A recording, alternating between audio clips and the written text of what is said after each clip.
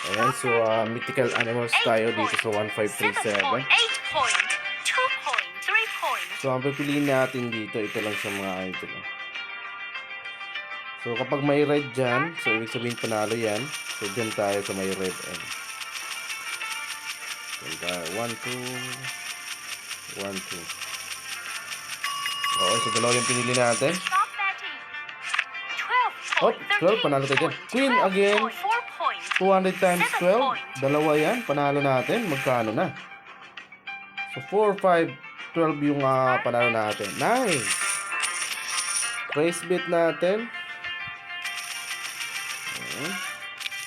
Dito tayo. Kasa natin ng 300. Mythical and oh, pala queen. 4. Bunker loss. So panalo tayo dyan. So panalo ng 4, 5, 1, 2. Ayan, napakasolid naman. So, dito lang tayo. Kung nasaan yung nag-red, doon tayo mga idol. So tandaan nyo yung pinili natin.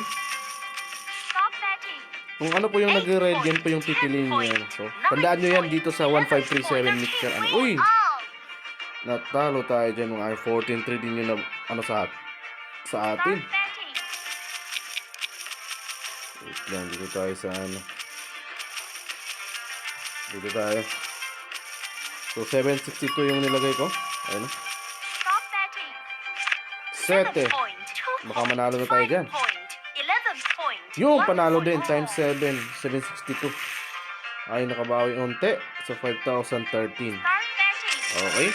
So ito po yung sa mythical animals ng 1537. So nanalo yung dalawa. Oh. Dito tayo sa una, 500. Ayun. 500. Uy, king times 13. Nice one. So king, panalo pa rin tayo dyan, syempre. Mas mataas yung ano natin. So 6-1. So yun, 21k na. So ganyan lang mga idol, no?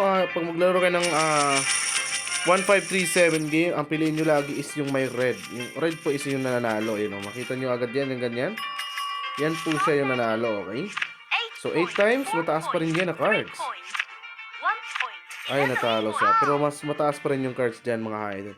Okay, so ganyan lang yung gagawin ninyo mga idol. Yan po yung farming tricks dito sa 1537 game mythical animals. Sana nakatulong po sa inyo. At syempre mga boss, sa mga mag-register po sa ating link, no, ay meron po tayong pa-free cash in download na dito sa link natin.